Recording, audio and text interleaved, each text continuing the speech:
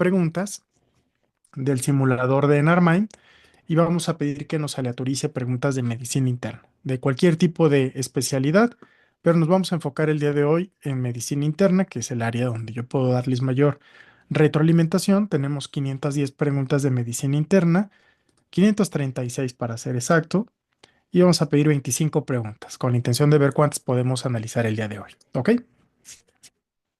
Muy bien, entonces vamos a dar inicio con la sesión del día de hoy. Vamos a que- Listo. En lo que se carga el caso, recuerden que voy a ir lanzando para que ustedes me vayan ayudando a dar su opinión y finalmente les vaya apoyando con la retroalimentación.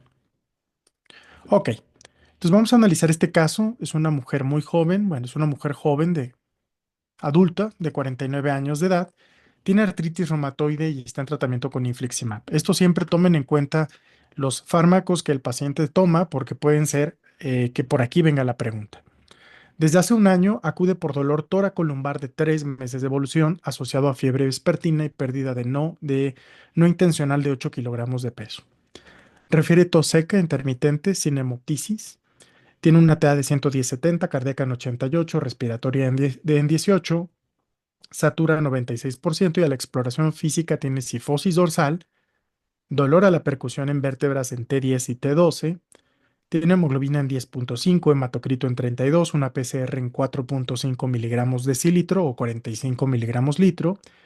Y le hacen una resonancia, le hacen un estudio de columna torácica y ven un infiltrado. Hacen un estudio de imagen donde ven un infiltrado reticular en lóbulo superior derecho. Además de la destrucción de cuerpos vertebrales T10 y T12 con abscesos paravertebrales. Te piden una prueba de tuberculina, un PPD en 8 milímetros y la baciloscopía se encuentra pendiente. Entonces te preguntan qué hallazgo adicional apoyaría el diagnóstico de la patología de base. Y ahorita vamos a analizar lo importante que es tener claro el contexto general del paciente. Lo primero es la posibilidad de infiltrado medular con células plasmáticas atípicas, la presencia de levaduras, infiltrado neutrofílico y cocos gram positivos o la presencia de bacilos ácido alcohol resistentes. Entonces vamos a ver qué opinan, cuál creen que sea la respuesta correcta para esta mujer de 49 años con artritis reumatoide que está en tratamiento con infliximab y que acude por pérdida de peso, manifestaciones de fiebre y lesiones en cuerpos vertebrales T10 y T12. ¿Ok? Pueden contestar. Veamos qué opinan al respecto, si creen que es la opción A, B, C o D.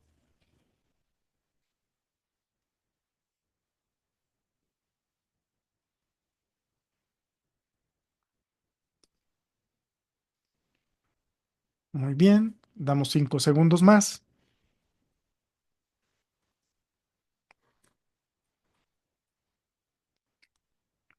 Muy bien, finalizamos la votación con un 60% de respuestas correctas. Siguiente pregunta. Del mismo caso, del mismo escenario clínico, te preguntan qué estudio es prioritario para confirmar la patología activa en este escenario. Una placa de tórax en proyección lateral, una biopsia de médula ósea, vaciloscopía de esputo o serología para hongos. Pueden contestar.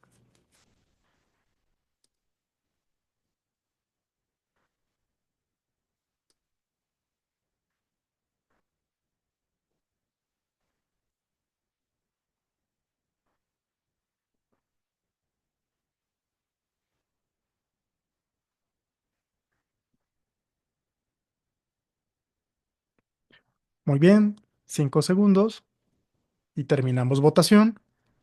Excelente. Siguiente elemento. Es importante considerar lo siguiente sobre los posibles efectos adversos del manejo en esta patología. ¿Qué buscarían? Fotosensibilidad cutánea, el monitoreo periódico de la agudeza visual, el monitoreo de la función tiroidea porque puede causar hipotiroidismo subclínico o vigilancia por riesgo de hipoglucemia. Pueden contestar.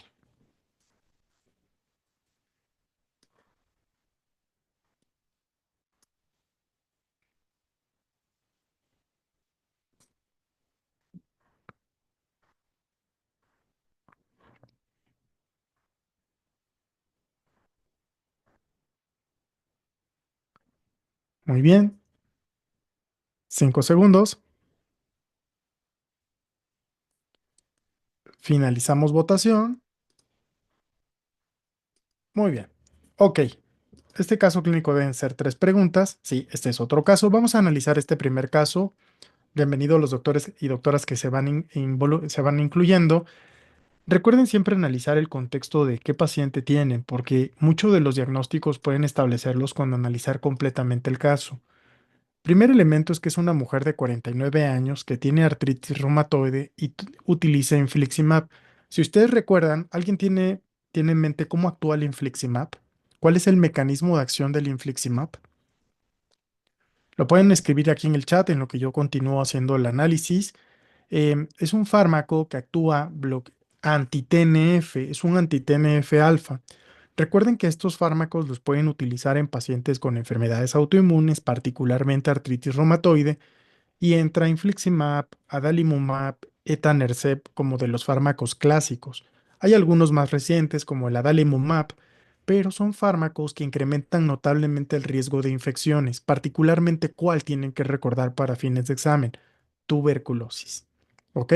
Y ahí estoy ya pues prácticamente dando el escenario del caso clínico, pero noten cómo es muy importante. No tengo el dato, nada más sé que es una mujer con artritis reumatoide que está con un anti-TNF alfa. Entonces, aquí estoy analizando cuál es el contexto del paciente. Ahora, ¿por qué lo estoy valorando? Por un cuadro agudo, subagudo o crónico. Y cuando analizas la temporalidad, te das cuenta que tiene un año de tratamiento con el infliximab, pero tiene dolor toracolumbar de 3 meses de evolución. Entonces es un cuadro crónico, 3 meses de evolución, y el motivo por el cual evalúas a esta paciente es porque tiene dolor en la columna vertebral, pero tiene fiebre vespertina y pérdida de peso no intencional. Entonces, si ustedes analizan con calma, tiene síntomas constitucionales. Entonces, mujer inmunosuprimida con infliximab, con 3 meses de evolución con síntomas constitucionales, definitivamente tienes que pensar en un proceso infeccioso, una neoplasia asociada, pero sabes que tienes que pensar en algo grave, ¿no? Entonces, cuando analizan con detalle, te das cuenta que no está hipoxémica, sí tiene tos seca, pero además tiene anemia. Entonces, recuerden que un paciente con un proceso inflamatorio crónico puede dar anemia. Dentro de las causas de anemia, recuerden que se puede evaluar como microcítica, normocítica, macrocítica, y eso te puede ayudar a orientar a los posibles diagnósticos diferenciales. Pero si tienes una anemia normo-normo, en un contexto de un paciente con un proceso inflamatorio crónico como artritis reumatoide, podrías pensar que es una anemia de inflamación, siempre y cuando sea una anemia normocítica, normocrómica, que es lo más común. Ahora, llama la atención que tiene un infiltrado en lóbulo superior derecho y tiene destrucción de los cuerpos vertebrales T10 y T12. Entonces, en ese escenario, pues lo que puede estarse tratando es que sea un mal de Pot, que se haya destrucción de los cuerpos vertebrales asociado con un cuadro pulmonar y con lesiones líticas o destrucción de los cuerpos vertebrales T10 y T12. Ahora, aquí puede caer un confusor bien relevante, el PPD, ¿ok?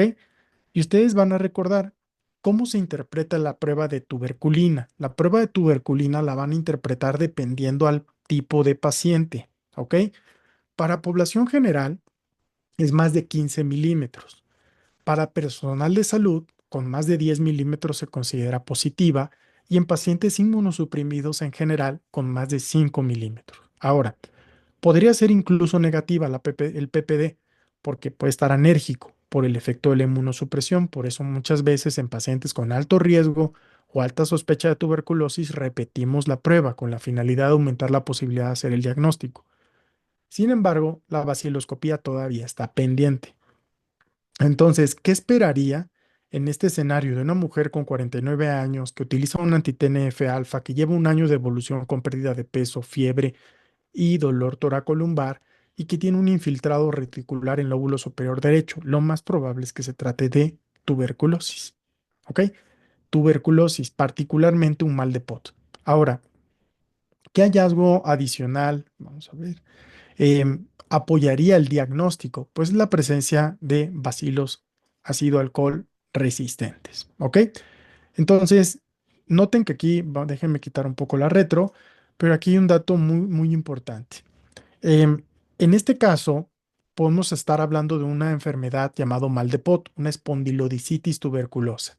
Al final es una tuberculosis que afecta el hueso, que no es lo más común, realmente representan alrededor de un 5% de los casos de tuberculosis, pero tienen que tener en mente que estos escenarios los van a ver particularmente en pacientes inmunosuprimidos que utilizan fármacos como infliximab, ¿ok? De igual manera, lo que hace un momento les mencionaba, ¿cuándo considerar que este paciente tiene una prueba positiva? Cuando tienes más de 5 milímetros. ¿Por qué? Por el contexto de que se trata de una mujer con inmunocompromiso. Está con infliximab. ¿Ok? Entonces, ¿de qué hablarían las demás entidades? Levaduras con gemación de base ancha.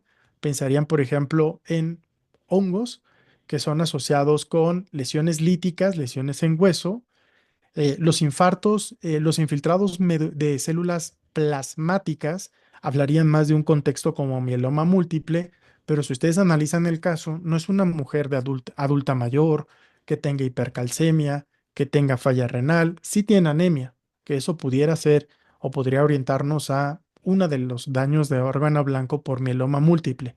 Sin embargo, no tiene otras características, ¿ok? Entonces, el hecho de que tú veas, por ejemplo, infiltrados pulmonares, pues no me hace pensar en mieloma múltiple. Si este escenario fuera una mujer quizás un poco mayor, 70 años de edad, con anemia, dolor óseo, con lesiones líticas en hueso, asociado con hipercalcemia, falla renal, definitivamente lo que tengo que pensar es mieloma múltiple. ¿Ok? Ahora, el infiltrado por neutrófilos y cocos gram positivos hablarían de una osteomielitis, pero una osteomielitis por bacterias, que en el contexto de cocos gram positivos, pues lo más importante a tomar en cuenta puede ser la posibilidad de estafilococo. ¿Ok? En pacientes que, por ejemplo, tienen uso de drogas intravenosas, que tienen portadores de catéteres, por ejemplo, catéter venoso central, catéter para hemodiálisis de alto flujo, pacientes con catéter puerto, todos serían escenarios que por diseminación hematógena podemos tener osteomielitis de tipo por vía hematógena. ¿Ok? Entonces, no olviden este escenario. Este es un paciente con un mal de Pot. Recuerden cómo se interpreta el PPD, más de 5 milímetros en el contexto de inmunosupresión, más de 10 en personal de salud, más de 15 milímetros en población sana, población general, y siempre que tengan un paciente que utiliza un anti-TNF-alfa, infliximab, adalimumab, etanercept, son fármacos que aumentan notablemente el riesgo de tuberculosis. Por lo tanto, si te preguntaran qué estudio dejarías o qué estudio solicitarías antes de iniciar estos fármacos, al menos una placa de tórax, el PPD y ante la duda un cultivo de expectoración.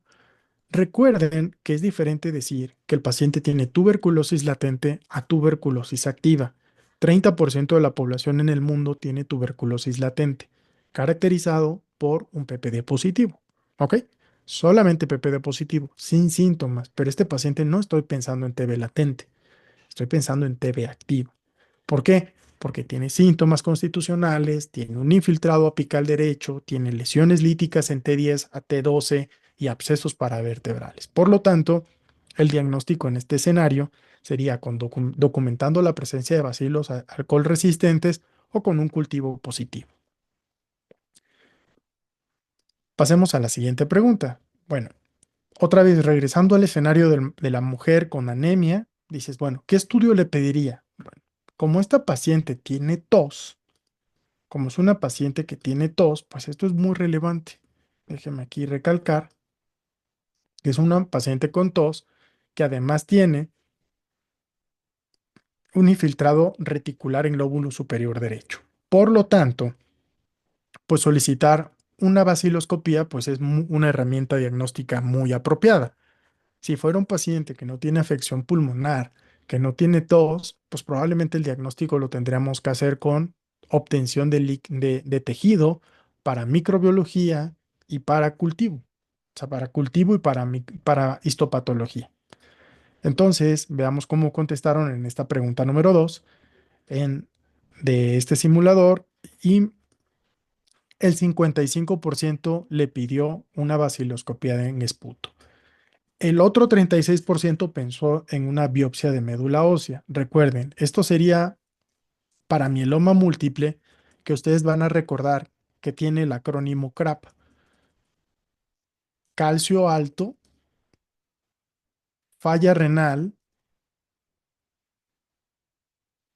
anemia y lesiones líticas. ¿Ok? Si ustedes analizan en este caso, lo único que tenemos es anemia y lesiones líticas, pero no tengo hipercalcemia, no tengo falla renal, y además es muy importante darse cuenta que no es una mujer en la cual puedo tener mieloma a los 49 años, por supuesto, pero comúnmente un paciente con mieloma múltiple es un paciente que está en la sexta, séptima década de la vida. ¿Ok?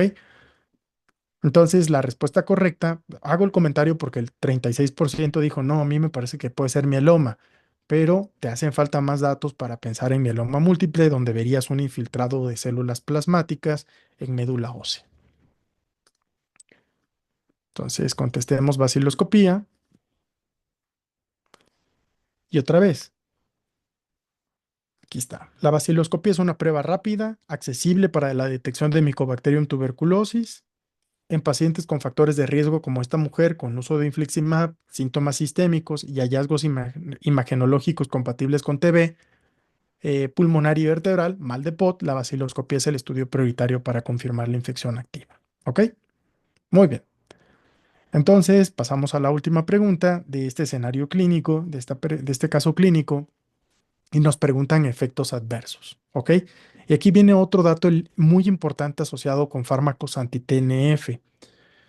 Y veamos cómo contestaron. Voy a contestar tal cual como la mayoría ponga, para que vayamos haciendo lo más cercano a lo que ustedes piensan. Y la mayoría, el 67%, como lo pueden ver en pantalla ahorita, le haría monitoreo periódico de la agudeza visual. Aquí quisiera que ustedes recordaran qué fármaco de lo que utilizan, por ejemplo, los pacientes con artritis reumatoide tiende a dar problemas de tipo ocular. ¿Cuál se les viene a la mente? ¿Qué fármacos de uso común? Digo, el infliximab es un fármaco más para manejo de resistencia a tratamiento, pero recuerden, a ver quién me ayuda diciendo qué fármaco tengo que explorar o tengo que monitorizar frecuentemente la visión, la agudeza visual. ¿Nadie? A ver, veamos.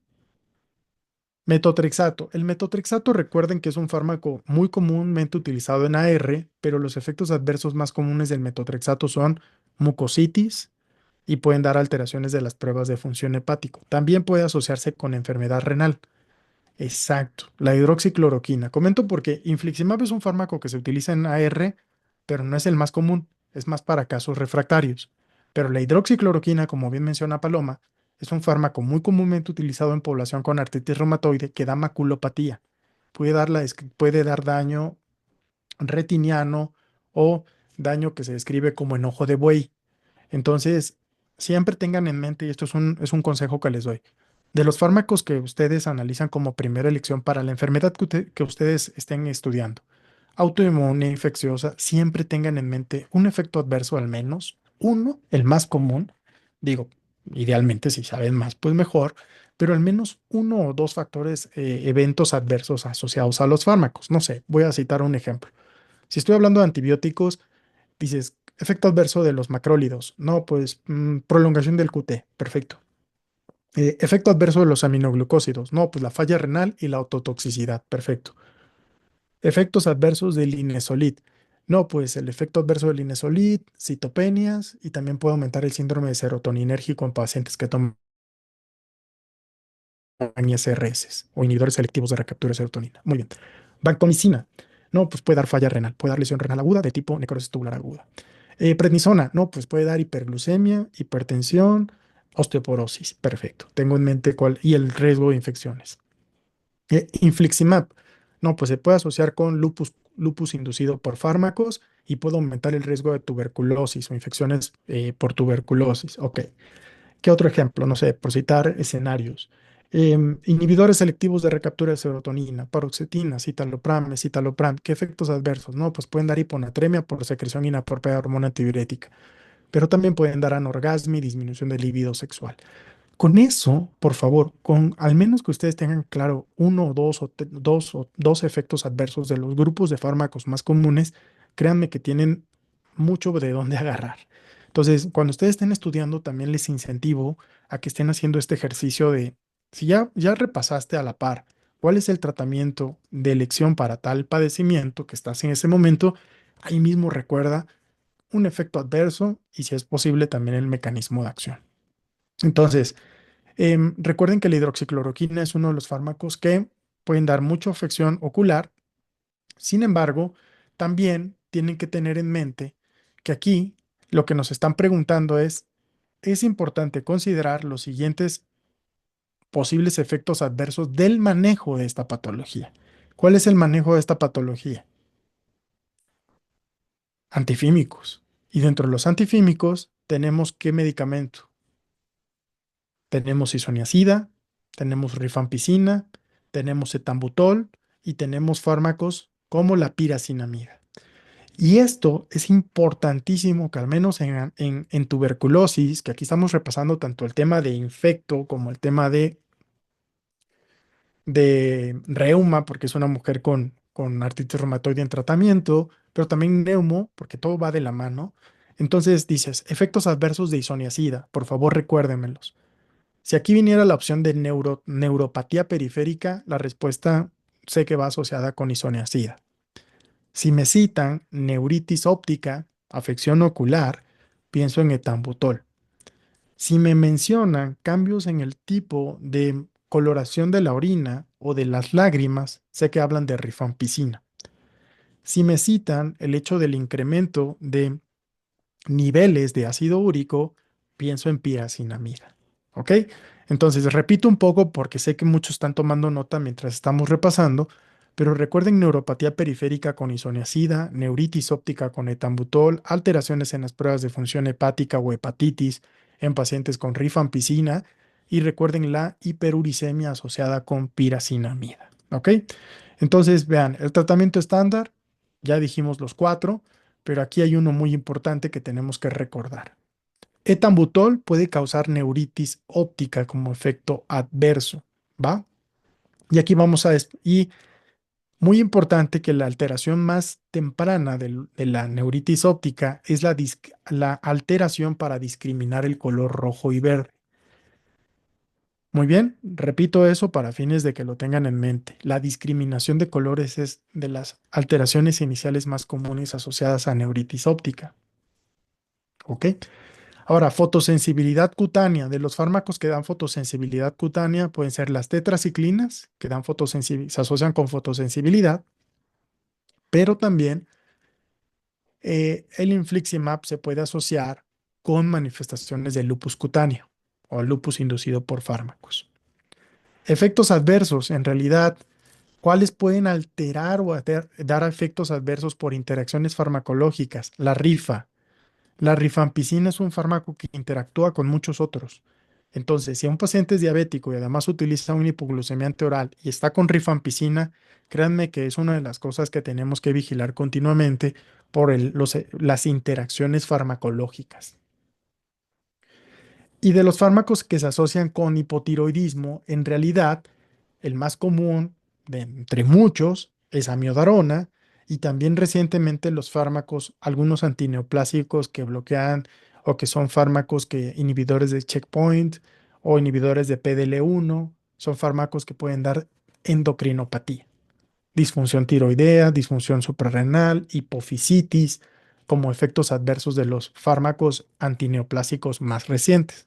Pero ojo, vean cómo en realidad lo que estamos haciendo hoy es tratar de que cada pregunta que estamos contestando sea una pregunta donde podamos recordar y hacer recuperación activa. Y esto que todo el tiempo les insisto, que tienen que tratar de combatir la curva del olvido repasando todo aquello que está asociado con otros, con las opciones de tratamiento que están contestando. ¿Ok? Muy bien. ¿Dudas o preguntas con este primer caso?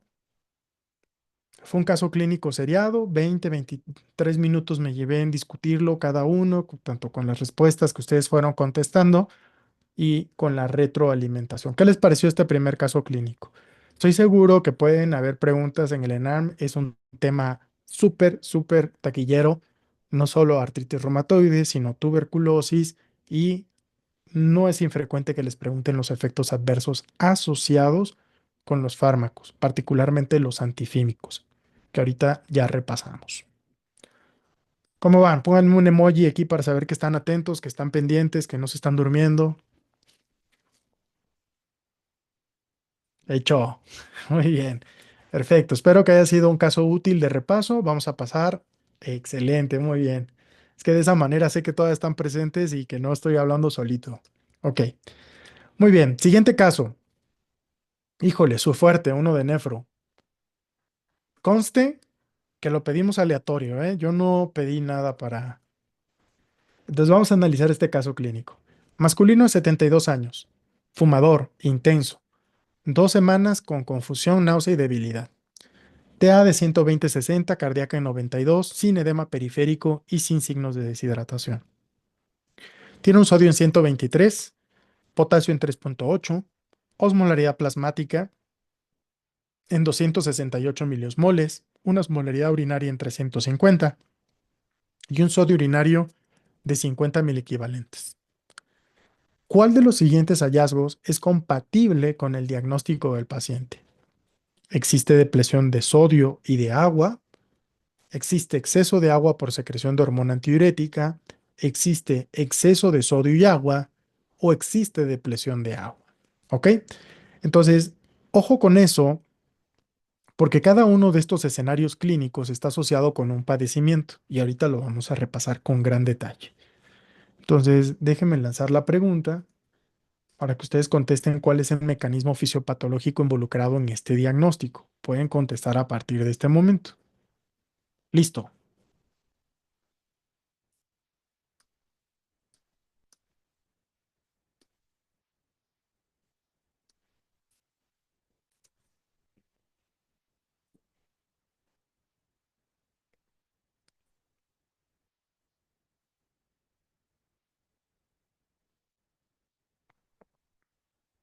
5 segundos. Muy bien. Finalizamos votación con un 47%, 44 acabó empatado. La opción A y B acabaron empatadas con 44% cada una. Ahorita vamos a recalcarlo. Ahora te dicen, ¿cuál sería el siguiente paso en el abordaje diagnóstico de este paciente? La medición de la fracción excretada de ácido úrico, la medición de la función tiroidea y suprarrenal, la medición de péptido natriurético auricular o la medición de la osmolaridad sérica. Pueden contestar.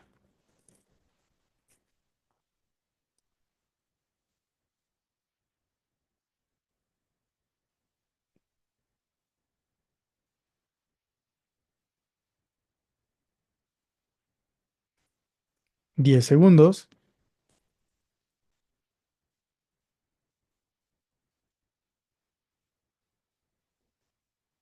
Muy bien, finalizamos votación con un 50% de respuestas correctas. Por último, nos preguntan, ¿cuál sería el tratamiento más adecuado si el paciente no responde a la restricción de líquidos? Hidrocortisona, solución salina al punto 9, tolvaptan o furosemida. Pueden contestar.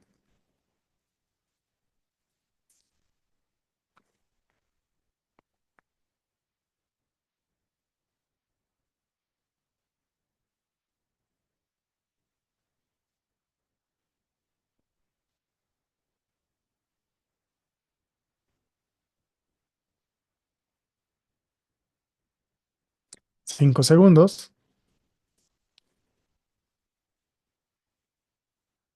Finalizamos votación con un 15% de respuestas correctas. Muy bien. A ver, déjenme ver que no hay otra pregunta. No. Hasta aquí acaba este caso clínico de 3 preguntas. Recuerden que cada uno de nuestros casos clínicos evalúa 3 puntos importantes. Evalúa el conocimiento médico, evalúa el razonamiento clínico y finalmente la toma de decisiones o terapia. Entonces, por eso ustedes cuando vayan haciendo cada vez que hacen más el simulador, pueden ir viendo cuáles son sus áreas de mayor fortaleza y debilidad. Si son muy buenos para memorizar conocimiento médico, si son buenos para integrar razonamiento clínico o si son buenos para decidir la terapia más apropiada. Entonces, con esto ustedes pueden ir viendo cuáles son sus áreas de oportunidad. Entonces, no sé si alguien se anime aquí en el chat a comentar qué diagnóstico específico tiene este paciente o en qué están pensando. ¿Qué diagnóstico pensarían en lo que yo ahorita voy haciendo el análisis? Otra vez como acostumbramos a hacerlo. En lo que alguien se anime, primero noten que es un paciente de 72 años, fumador intenso. Este es un primer elemento importante. El segundo elemento importante es que tiene 2 semanas de evolución. Es un padecimiento subagudo a crónico. Cuando digo de algo subagudo, cuando digo de algo crónico, en general esto puede variar dependiendo cuáles manifestaciones clínicas tenga o de qué padecimiento estoy hablando. Pero en general, menos de 7 días pensamos en algo agudo, entre 7, 27, entre 1 y 3 semanas, 1 y 4 semanas subagudo y más de 4 semanas piénsenlo como algo crónico. Muy bien, doctora Lara. Efectivamente, se trata de una secreción inadecuada de hormona antidiurética, que es la causa más común de hiponatremia en el paciente hospitalizado. Pero vamos a seguir analizando. Esa es la respuesta correcta. Entonces, tenemos un paciente fumador que lleva 2 semanas sintiéndose mal. ¿Cuáles son las manifestaciones clínicas de este paciente? Confusión, náusea y debilidad. Y a la exploración física, quiero que ustedes le pongan nombre. ¿Les parece que este paciente esté hipervolémico, euvolémico o hipovolémico? ¿Qué opinan? Aquí pongan en el chat. Recuerden que aquí lo que estamos haciendo hoy es practicar, es equivocarnos juntos aquí, juntos, para no caer en esos errores en el examen nacional. ¿Qué les parece? ¿Les parece que les citan en algún momento ingurgitación yugular, ascitis, edema periférico? No. Les citan hipotensión postural, incremento de la frecuencia cardíaca con los cambios posicionales, les mencionan taquicardia. No, entonces no parece ser que el paciente esté hipovolémico tampoco. De hecho, como bien están citando, parece estar euvolémico. Condición que quiero que recuerden asociada con síndrome de secreción inapropiada de hormona antidiurética. Para yo pensar en un SIAD, tienen que tener un paciente clínicamente euvolémico. A veces no es tan fácil distinguir a un paciente clínicamente de hipovolemia de euvolemia, pero al menos, by the book, el SIAD es una hiponatremia euvolémica. ¿Ok? Entonces, si ustedes analizan la exploración de este paciente, no parece estar hipervolémico y no está hipovolémico. Ahora, aprovechando aquí, ¿cómo clasificarían a esta hiponatremia? La clasificarían, si la pregunta en el ENAR fuera, ¿qué tipo de hiponatremia tiene? ¿Leve, moderada o grave? ¿Cómo la clasificarían? Sería una grave porque el valor de sodio es menor a 125 equivalentes. Recuerden que hiponatremia leve es menos de 135, hiponatremia moderada menos de 130, hiponatremia profunda o grave menos de 125 equivalentes. ¿Vale? Entonces tienes una hiponatremia profunda. Ahora, ya sé que tengo una hiponatremia con un paciente euvolémico. ¿Alguien recuerda cómo se clasifica a una hiponatremia perdón, con actividad de hormona antidiurética o sin actividad de hormona antidiurética? ¿Alguien recuerda eso?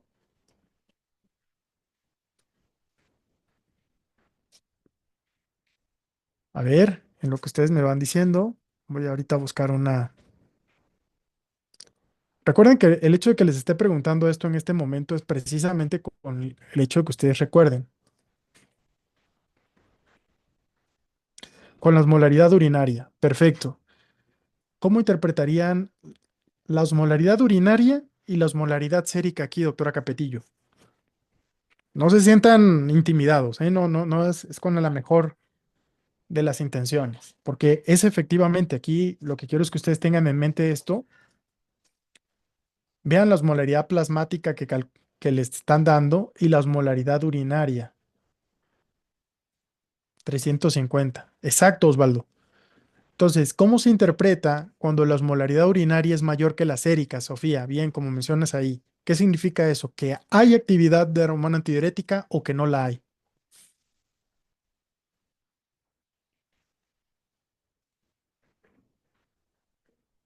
¿Ok? Que sí la hay. Entonces, ustedes van a recordar aquí, y aquí nada más, perdón que les muestre esto muy rápido, es cómo abordamos una hiponatremia. Recuerden que en el contexto de una hiponatremia hipotónica es cuando la osmolaridad urinaria es menor que la sérica, como en el ejemplo de arriba, significa que el paciente no tiene actividad de hormona antidiurética. Aquí, 150 miliosmoles en la orina y sérica tiene 270. Entonces, aquí no hay actividad. Pero en este paciente sí lo hay.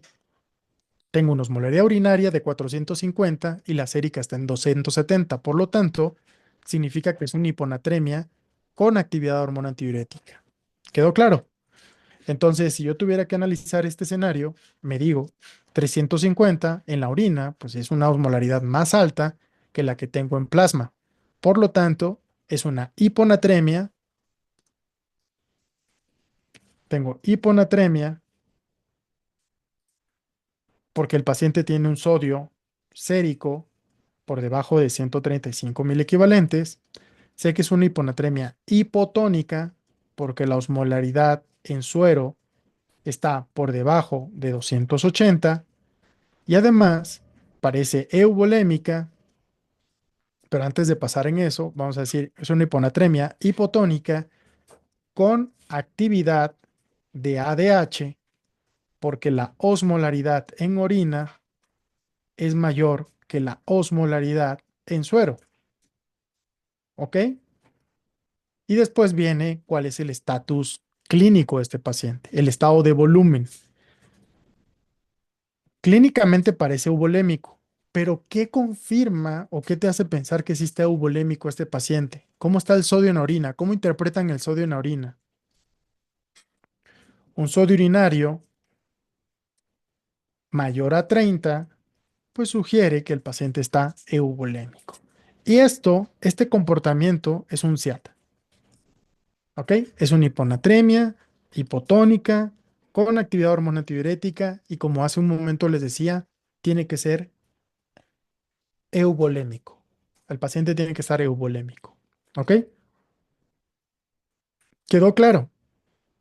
Sé que sodio luego es un tema que puede llegar a ser aterrador por el diagnóstico diferencial tan amplio que hay, pero lleven el orden. Siempre pongan el orden. Es una hiponatremia hipotónica con actividad de ADH y que además tiene un sodio urinario de 50. Pues, ¿cómo estaría un paciente hipovolémico? ¿Qué esperarían con un sodio urinario con hipovolemia? Pues que esté muy bajito porque el cuerpo o el riñón está tratando de preservar sodio. ¿Ok? Entonces, si este paciente estuviera hipovolémico, tendría un sodio urinario por debajo de 30 o debajo de 20. Pero tener un sodio urinario alto significa que el riñón no está sensando hipovolemia. Tengan en mente ese dato importante. ¿Ya? Ahora, ¿cuál es el mecanismo? ¿Cuál es el mecanismo si sé que es un SIAT? Pues en el SIAT, perdón, en el SAT, en el SIAT, mis miedos. Entonces, en el SIAT, síndrome de secreción inapropiada de hormona antidiurética, lo que hay es exceso de agua, porque tienes una elevación de hormona antidiurética que preserva agua y por lo tanto el paciente tiene dilución de las cifras de sodio por exceso de agua corporal total. En pocas palabras, en el caso A sería una hiponatremia, sería un paciente con una hiponatremia hipovolémica, porque hay depresión de sodio y agua. En el caso C sería una hiponatremia hipervolémica, porque hay exceso de agua y exceso de sodio. Y estos son los escenarios de pacientes con falla cardíaca, con cirrosis. Y una hiponatremia euvolémica sería el escenario de un paciente con SIAD.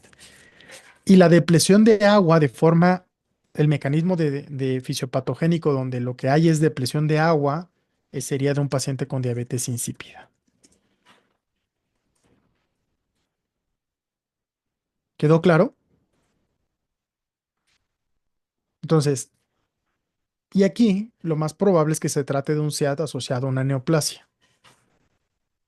Como el tabaquismo es un factor de riesgo para, en general, para neoplasias, lo más común o clásicamente es que te describan la asociación de un SIAD por un síndrome, un cáncer microcítico de pulmón, pero no es el único. Cualquier neoplasia sólida puede asociarse a SIAD. ¿Quedó claro los mecanismos fisiopatogénicos? Cuando hay depresión de sodio y agua, hiponatremia hipovolémica. Cuando hay depresión cuando hay exceso de agua corporal total, SIAD. Cuando hay exceso de sodio y de agua, hiponatremia hipervolémica. Y cuando hay depresión de agua, diabetes insípida. Pero estos pacientes no tienen hiponatremia, lo que tienen es hipernatremia.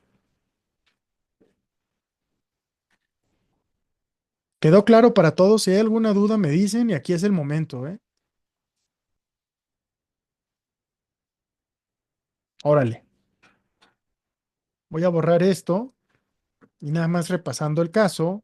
Si ustedes vuelven a analizar aquí, dentro de las causas con actividad hormona antidiurética, euvolémicas, tienen que pensar en SIAD. ¿Y qué diagnósticos diferenciales tienen que descartar? Insuficiencia suprarrenal e hipotiroidismo. Por eso una de las preguntas que venían era ¿qué estudio le pedirías? ¿Y cuáles son las causas más comunes de SIAD? Pues las neoplasias. Y en este caso estamos hablando de un paciente fumador de 72 años, que lo más probable es que se estén preguntando o te estén asociando el SIAD con un carcinoma microcítico de pulmón. Entonces, si regresamos a analizar nuestro caso clínico para no extenderme demasiado, veamos cómo contestó el grupo estas preguntas. Y en esta pregunta número 4, vean cómo el 44% estaba entre la opción A y el otro 44% en la opción B.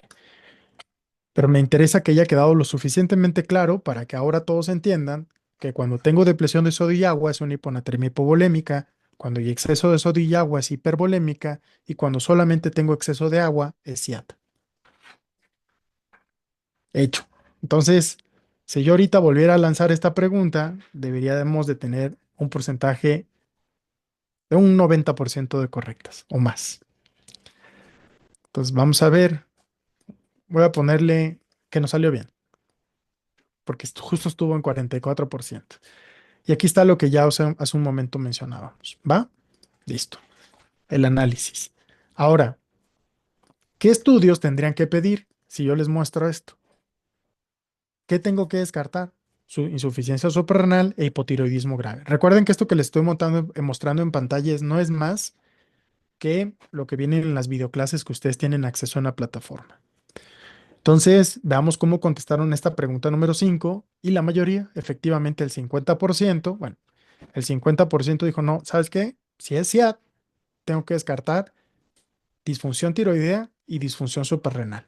El otro 38% le midió la osmolaridad sérica.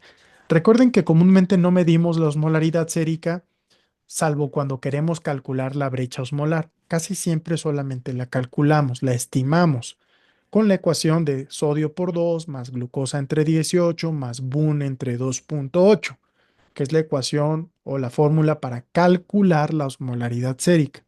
O también podemos calcular la osmolaridad efectiva, que es solamente sodio por 2.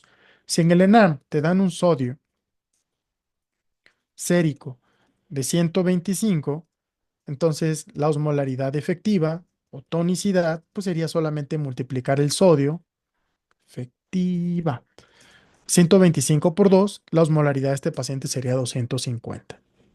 Si viniera un valor de 130, pues y la osmolaridad efectiva de este paciente sería 260. Solo multiplicar el sodio por 2.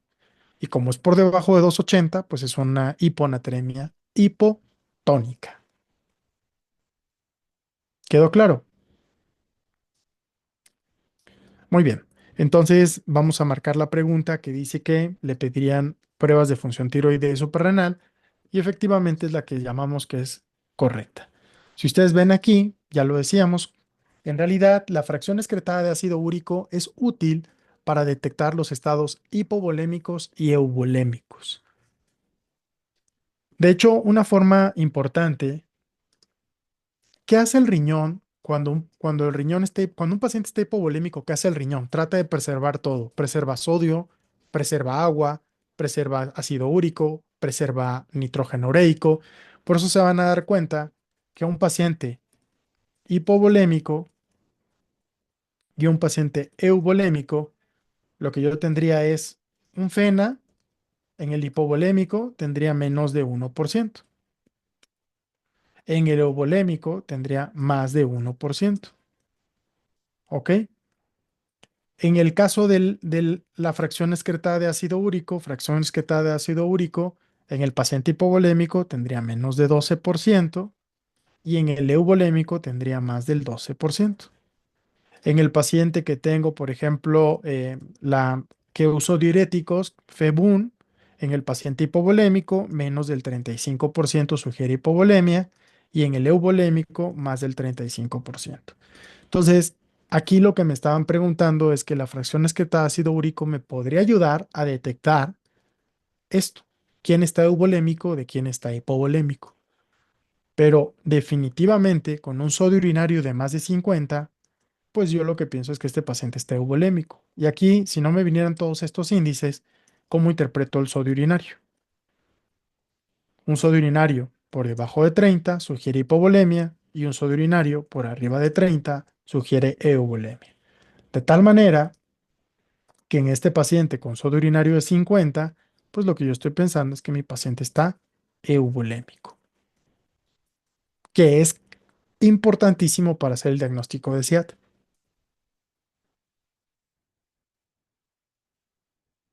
Muy bien. La medición del péptido natriurético cerebral, pues esto sería si yo estuviera pensando en una hiponatremia hipervolémica, en una hiponatremia hipervolémica, como en el contexto de pacientes con insuficiencia cardíaca. Ok.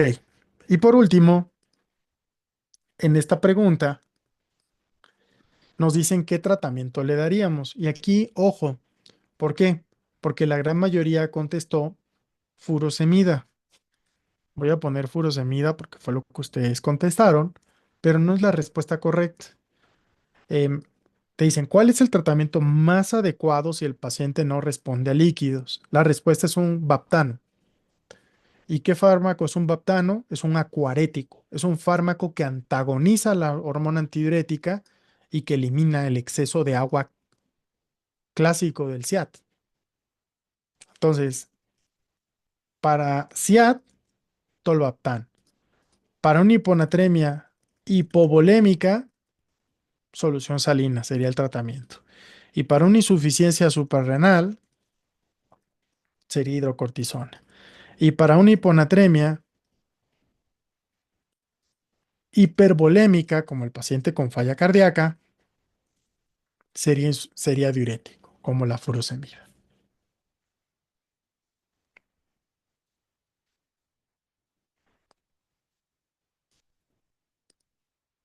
¿Qué les pareció?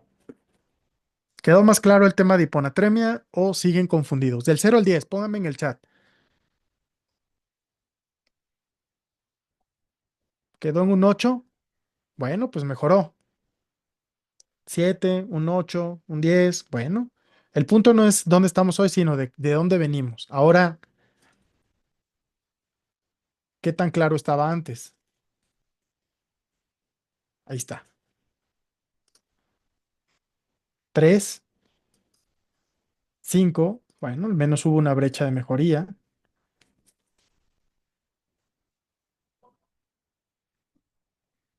Si no, si todavía no les queda muy claro que es algo común, pues repasen la clase de hiponatremia, dura 12 minutos. ¿Ok?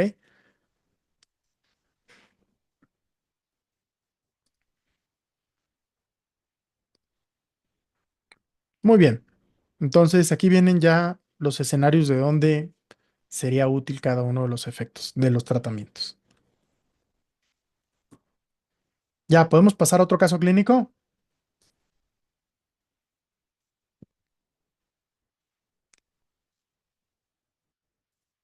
Hecho.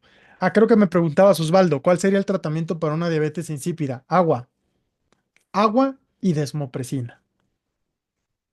Porque recuerda que en una diabetes insípida el problema es o bien que no tengo suficiente, o sea, que no tengo hormona antidiurética, como en el caso de una diabetes insípida central, o que tengo, pero no funciona apropiadamente, como en el caso de una nefrogénica.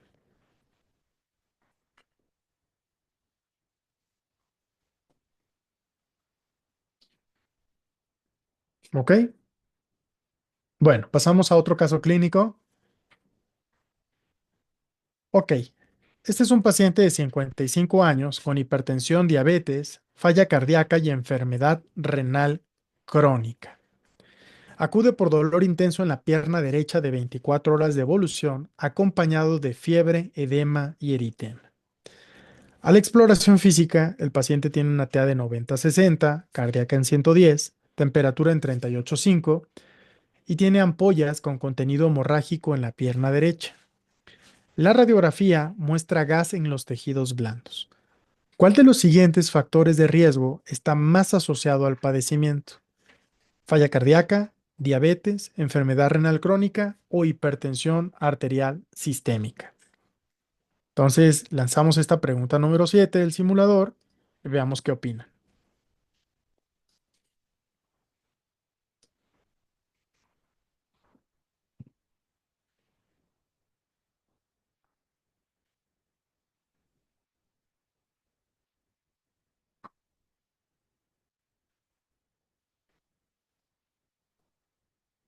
Muy bien, vamos a finalizar votación. Pasamos a la siguiente pregunta. ¿Cuál es el siguiente paso en el abordaje para confirmar el diagnóstico de una fascitis necrotizante? Hemocultivos y cultivo de la lesión, tomografía computarizada de la extremidad, resonancia magnética o exploración de la fascia. Vamos a ver qué opinan, qué estudio le harían.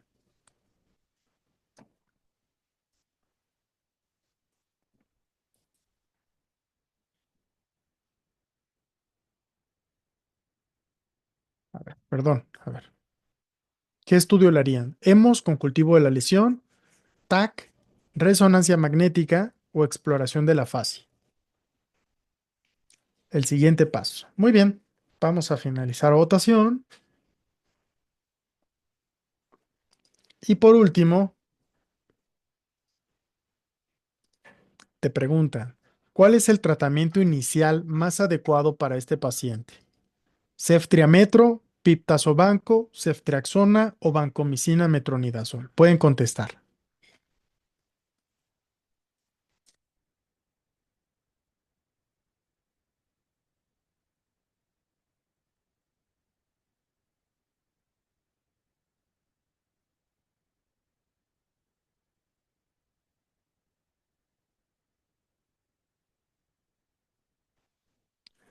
Muy bien, perfecto. Entonces finalizamos votación y vamos a pasar con el análisis del caso clínico. En la primera pregunta nos dicen cuál es el factor de riesgo. La verdad es que aquí fue una pregunta muy sencilla porque nos dicen cuál es el factor de riesgo más asociado al padecimiento. El 94% dijo, ¿sabes qué? Diabetes mellitus, ¿ok? Y recuerden que este paciente tiene una infección de tejidos blandos. ¿Por qué pienso en tejidos blandos? Pero no pienso en cualquier infección de tejidos blandos. La infección de tejidos blandos que estoy pensando es una fascitis, es una infección necrotizante. ¿Por qué razón? Primero, porque es un paciente de alto riesgo. O sea, es un paciente masculino, hipertenso, diabético, con falla cardíaca y enfermedad renal crónica. De hecho, está en hemodiálisis. Pero el motivo por el cual acude es por un cuadro muy agudo de 24 horas de evolución, caracterizado por dolor intenso en la pierna. Y cuando analizo el cuadro clínico, noten que tiene 90-60 y el paciente es hipertenso, de hecho toma losartán. Entonces está grave, o sea, está muy grave porque está hipotenso en el contexto de hipertensión crónica y en tratamiento con antihipertensivo. Y no solo está hipotenso, está taquicárdico, está febril y tiene ampollas de contenido hemorrágico, con gas en los tejidos blandos. Entonces, La presencia de gas, de ampollas hemorrágicas o ampollas violáceas, piensen en infecciones necrotizantes. Entonces, la diabetes, pues es un factor de riesgo muy importante para el desarrollo de fascitis necrotizante y pues esto no obligó, pues no fue realmente una complejidad al momento de contestar. De hecho, el 94%. Todas las demás pudieran ser factores de riesgo muy débiles, sobre todo la enfermedad renal crónica puede ser importante, pero la verdad es que la falla cardíaca pudiera aumentar porque el edema que podemos tener en piernas, pues pudiera aumentar el riesgo de infecciones de tejidos blandos, pero no necesariamente necrotizante, sino más algo más como una celulitis no purulenta. Y la hipertensión arterial, pues es más bien un factor de riesgo para insuficiencia arterial periférica, que pudiera aumentar el riesgo de infecciones en tejidos blandos, pero no es directamente asociado a fascitis necrotizante. De hecho, recuerden que cuando ustedes vean algo así como ahorita, de 94% de respuestas correctas, pues la verdad es que le podemos dejar una bandera aquí y decir, ¿sabes qué? La pregunta es muy fácil. La pregunta está muy fácil. Hago el ejercicio aquí para que ustedes vean que lo pueden dejar y a eso nosotros le vamos dando seguimiento. ¿Va? Va. Siguiente pregunta. ¿Qué estudio le harías? Y aquí me llama la atención porque esta sí fue una pregunta mucho más difícil. En esta pregunta número 8, vean cómo estuvo más dividido. De hecho, la respuesta más común fue el hemocultivo y el cultivo de la lesión. Ahora, ¿qué opinan de una fascitis necrotizante? ¿Les parece que es una entidad grave o es una entidad que puede esperar 72 horas de cultivos? Pregunto esto porque la mayoría de las personas, 41%, dijeron, no, hemos y cultivo de la lesión. Pero una fascitis necrotizante es una entidad grave, es una entidad que de continuar esa evolución clínica, el paciente corre en peligro la vida. Entonces, aquí, si queda la duda, se puede hacer un estudio de imagen que sea rápido, una tomografía contrastada que pueda ayudar a caracterizar, pero veamos cuál es la respuesta correcta. Ante la posibilidad de una fascitis necrotizante, tu mejor herramienta es la sospecha clínica. ¿Cuándo pensar en una fascitis necrotizante o una infección de tejidos blandos? Por ejemplo, cuando el paciente tenga un dolor desproporcionado, cuando te citen en el caso clínico un dolor desproporcionado a la lesión, cuando tengas ampollas hemorrágicas o violáceas y una rápida evolución. ¿Ok? Entonces, aguas con esto, porque esas tres características son un dato que dices, oye, háblale a tu cirujano de confianza porque este paciente se va a poner muy grave en poco tiempo. En horas evoluciona. Y es un paciente chocado. ¿Por qué digo que está chocado este paciente? Porque tiene TA de 90-60 en el contexto de ser hipertenso. Entonces, esto es bastante grave. Es un paciente que es hipertenso en tratamiento con losartán que tiene 90-60 de presión arterial. Entonces, no olviden estos datos. Cuando en el ENARM te digan, hay gas, hay ampollas, tienes una evolución que hace 8 horas no tenía esto y duplicó el número de lesiones en el último turno, aguas, es una fascitis necrotizante. ¿Ok?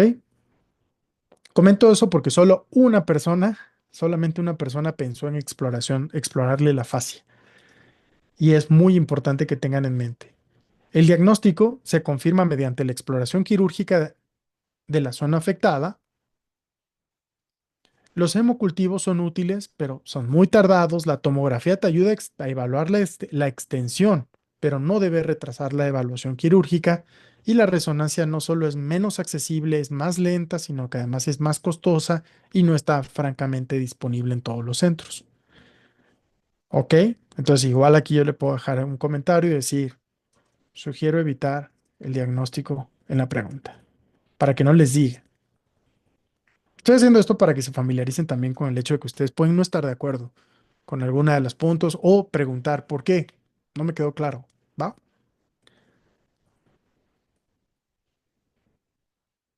Y por último, veamos el tratamiento. ¿Cuál es el tratamiento inicial más apropiado? Esta pregunta número 9.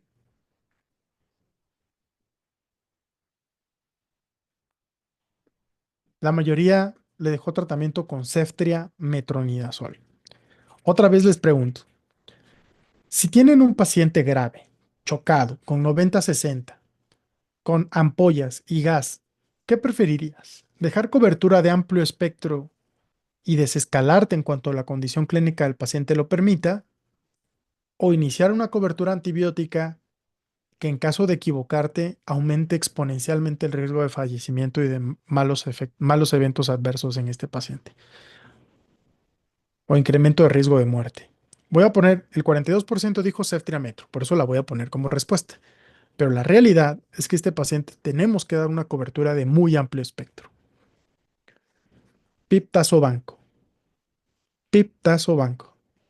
Porque es una infección necrotizante. Este paciente es una urgencia quirúrgica. Tiene que entrar a debridación temprana. Entonces, la combinación de banco y piperacilina tazobactam es la mejor opción. Pongo aquí. No solo es la mejor opción para el tratamiento empírico, sino que este paciente tiene que entrar a intervención quirúrgica. Entonces, te dicen, ¿cuál es el tratamiento inicial? Es dejarle cobertura antibiótica, pero el tratamiento definitivo es la intervención quirúrgica. ¿Por qué Piptazo Banco? Primero, porque cubres bien patógenos aerobios, anaerobios, incluso podemos agregar clindamicina para la inhibición de toxinas. Ceftria es insuficiente. Banco Metro pudiera ser útil para los anaerobios el metronidazol y el Staph aureus se cubre muy bien con banco, pero no cubres bien bacilos gram negativos, otros bacilos gram negativos.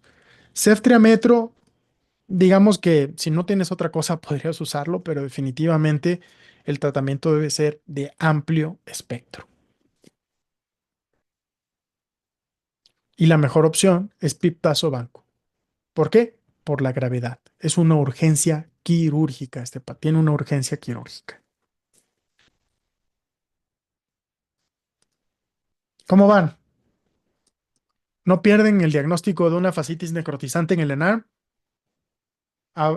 Ampollas hemorrágicas, choque, dolor desproporcionado al sitio de dolor. El paciente se queja de un dolor 10 de 10 y la lesión es, dices, no, no la compro. O sea, ¿por qué tiene tanto dolor? Y una rápida evolución clínica. Recuerden que las fascitis, si ustedes googlean así nada más de entrada, nomás por no dejar, fascitis necrotizante y ponen imágenes, quiero que vean las imágenes. O sea, son lesiones que evolucionan muy rápido. Quizás por como estamos proyectando no me dejan ver muchas fotos, pero porque son... Pero vean estas lesiones, por ejemplo. Entonces, ampollas hemorrágicas son entidades que evolucionan. Oye, pero hace 8 horas tenía solamente una lesión pequeñita, sí, y lo vas a ver en el siguiente turno y tiene una lesión extensa. Miren esta otra imagen. Bueno, este más bien son antifosfolípidos. Vean las imágenes con la presencia de gas. Esta es una tomografía y vean cuánto gas hay aquí. Esto es una urgencia quirúrgica.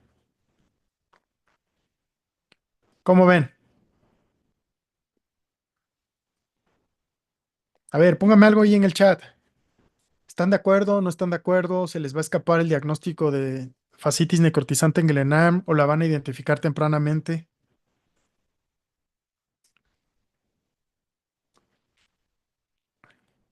Hecho.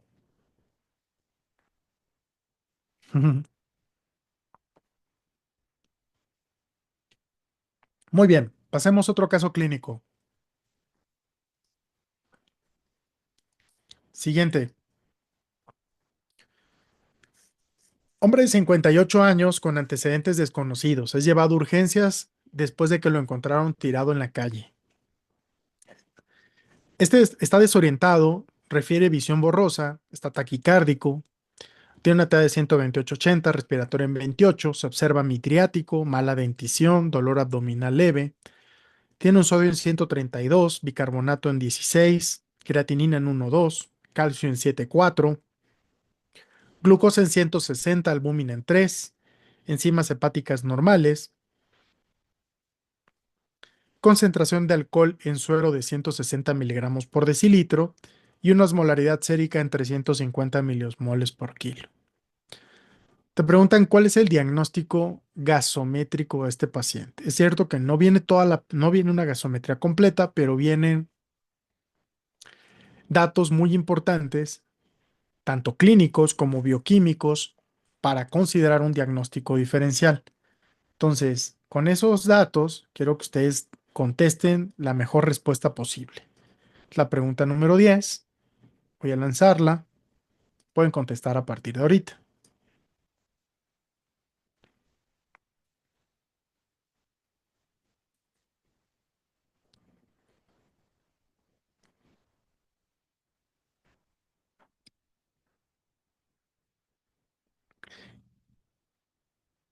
Ok, 10 segundos.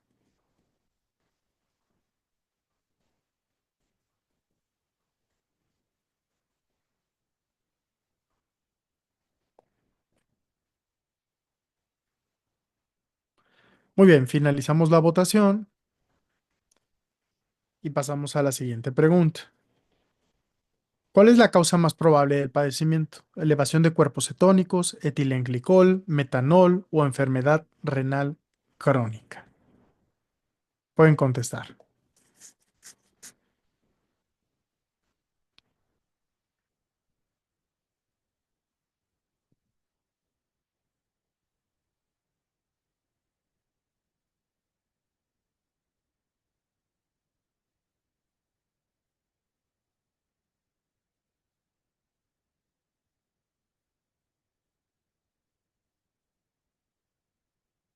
5 segundos.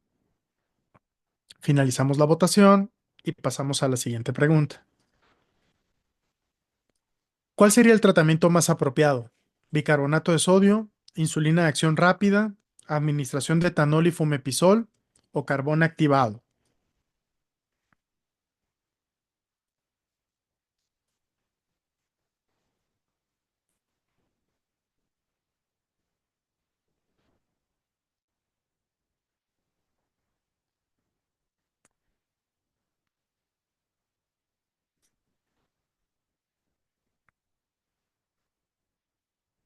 10 segundos.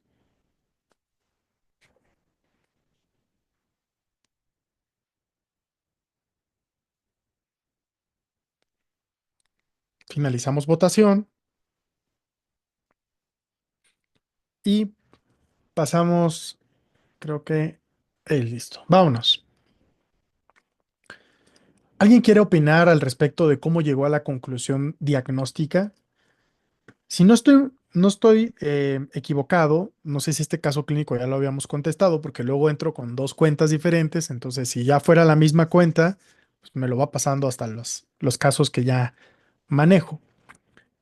Pero es más de lógica, mencionas, Mariana. ¿Qué datos te llevaron a pensar en este diagnóstico? A ver, porque pueden haber varios elementos importantes,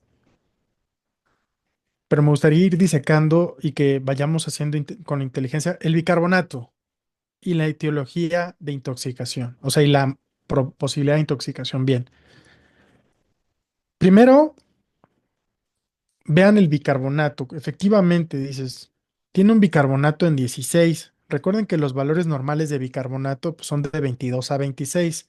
Entonces, al estar reducido, pues este paciente sospecho una acidemia metabólica.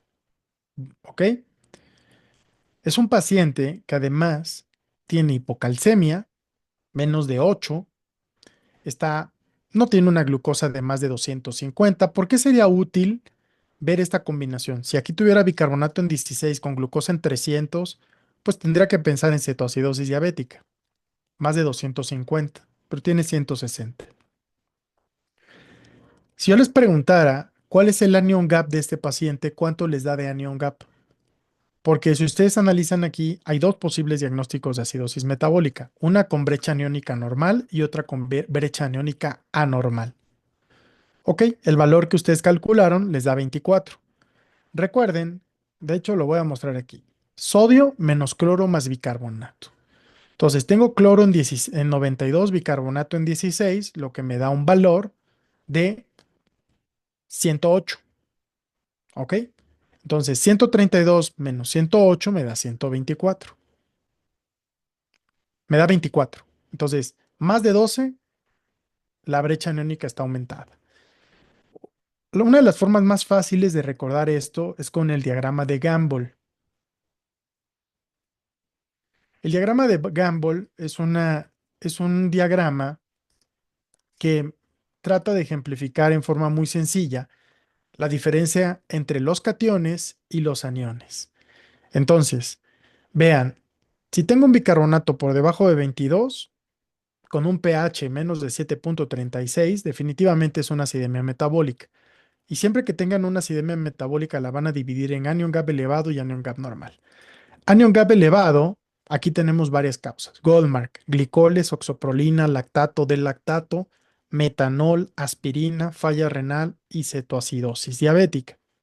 Ahora, las de anion gap normal, tenemos acetazolamida, acidosis tubular renal, falla renal, em, algunas otras entidades menos comunes como la ureteroenterostomía, fístulas pancreáticas, diuréticos, por ejemplo, como la acetazolamida, que es un fármaco que condiciona bicarbonaturia y por lo tanto el paciente desarrolla acidosis metabólica.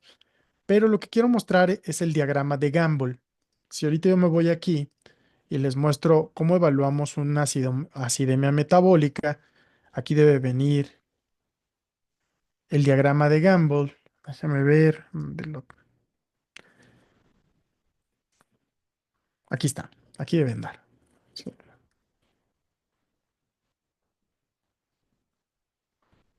Ahí está. No, no le había dado clic donde decía anion gap.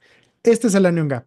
Vean la diferencia entre el catión sodio menos el anión cloro y el anión bicarbonato.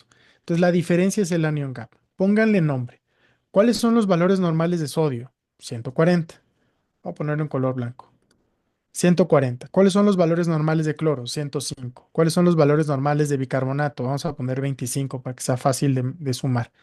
Entonces yo tengo 105 más 25, tengo 130. Entonces el anion gap normal debe ser menos de 12. Entonces, si yo sumara 105 más 25 más 10 me da 140. Es decir, este es principio de electroneutralidad. La suma de cationes es igual a la suma de aniones.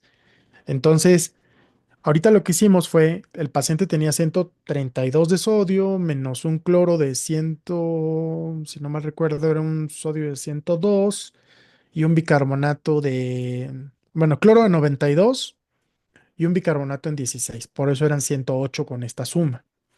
Entonces el anion gap de este paciente estaba en 24 y cuando tengo un anion gap amplio de más de 12, mi obligación es ir a pensar en alguna de estas entidades.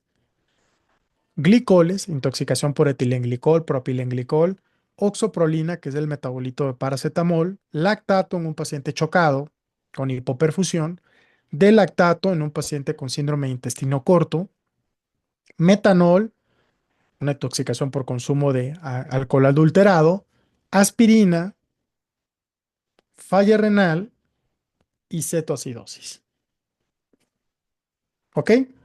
Entonces, aquí calculamos al catión sodio, le restamos los aniones cloro y bicarbonato.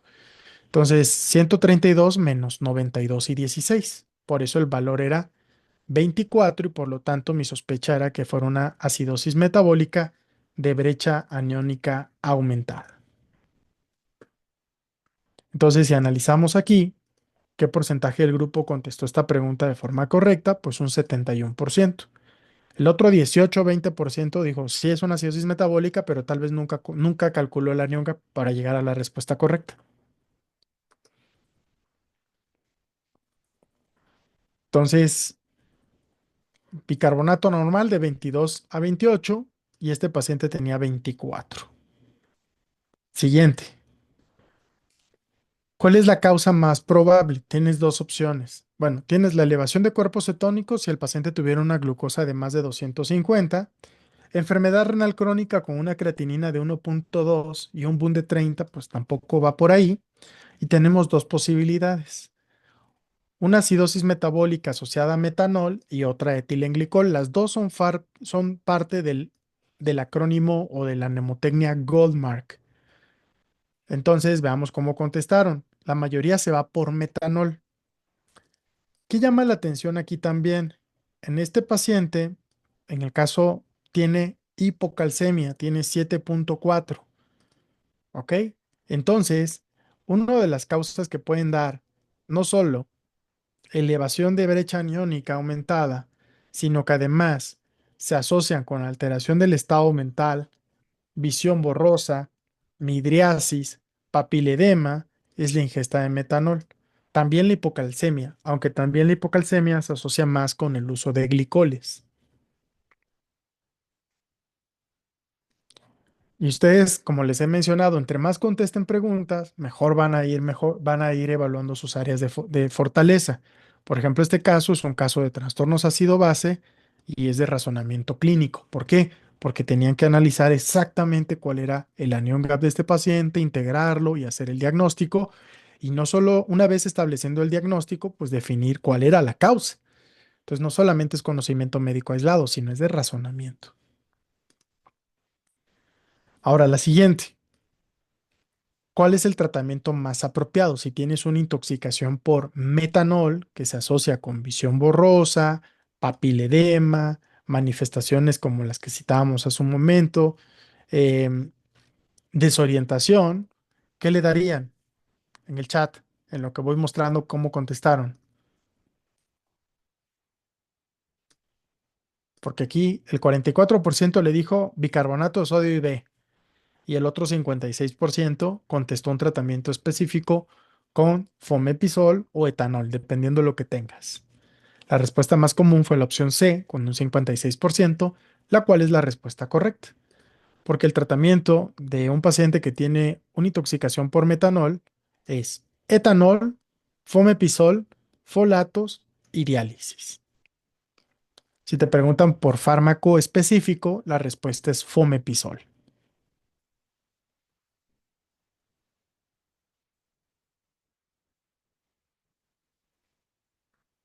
¿Listo? ¿Quedó claro?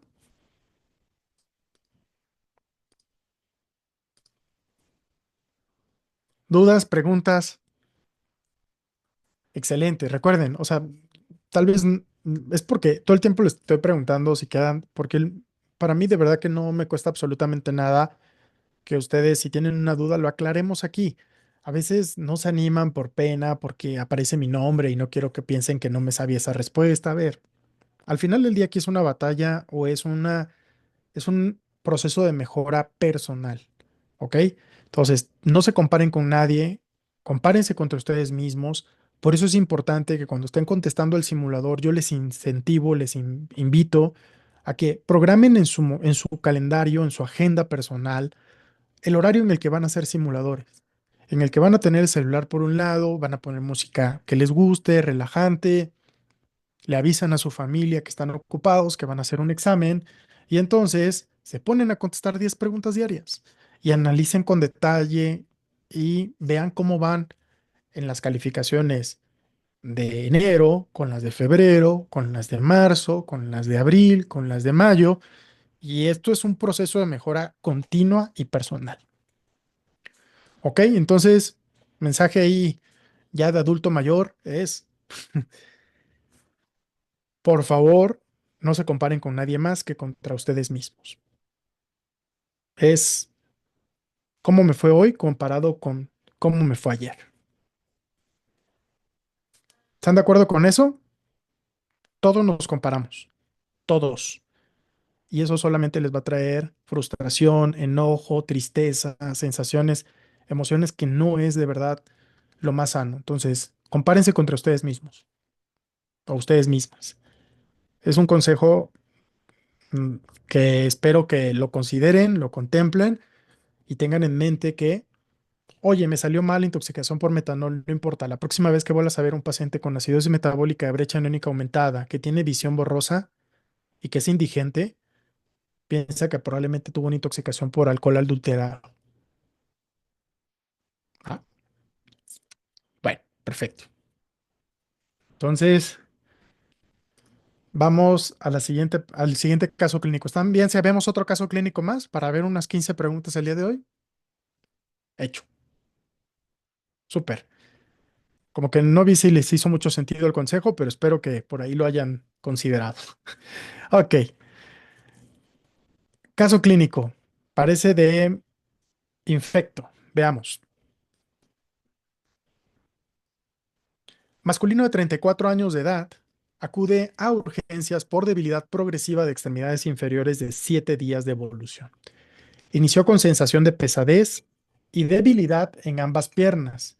Han ido ascendiendo de manera progresiva, afectando su capacidad para caminar, asociado con parestesias. Refiere evacuaciones sanguinolentas hace 2 semanas.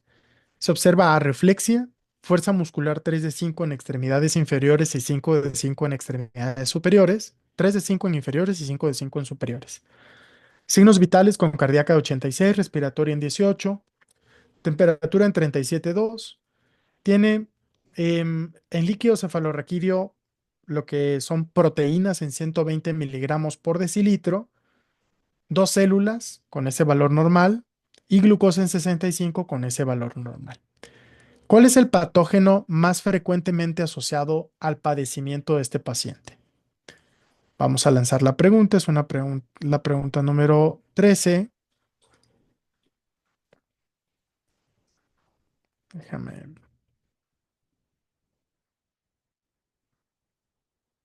Listo, pueden contestar.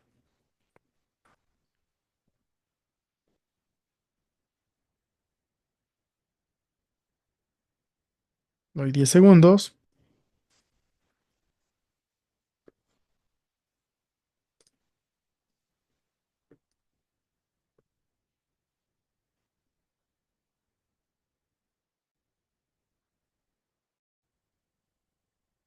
Muy bien, veamos qué opinaron. La siguiente. ¿Qué mecanismo fisiopatológico explica los hallazgos clínicos en este paciente? Muerte neuronal por isquemia, desmielinización por autoinmunidad, afección inflamatoria del asta anterior espinal o necrosis celular secundaria a toxinas bacterianas. Finalizó votación y pasamos a esta pregunta número 14.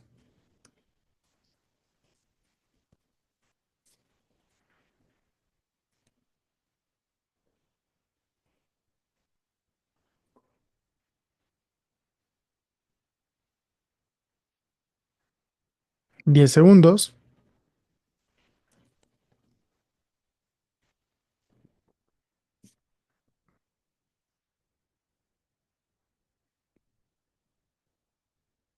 Finalizamos votación y pasamos con otra pregunta. El siguiente no forma parte del manejo habitual de la patología de este paciente. Y aunque el ENARM no te van a preguntar, no te van a hacer preguntas de septo, creo que este es particularmente importante para que ustedes tengan claro que no es parte del tratamiento para esta enfermedad. Y es interesante ver la forma en la que están contestando, porque después de esta retroalimentación, espero que nadie caiga en ese error.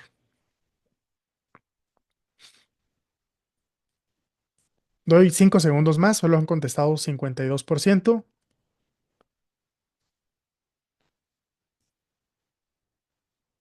Listo, 70% de participación. Voy a finalizar la votación. ¿Y qué diagnóstico tiene este paciente? ¿Qué diagnóstico tiene? Si analizamos su caso clínico, nos vamos a dar cuenta que tiene varias características importantes. Tiene un síndrome de Guillain-Barré.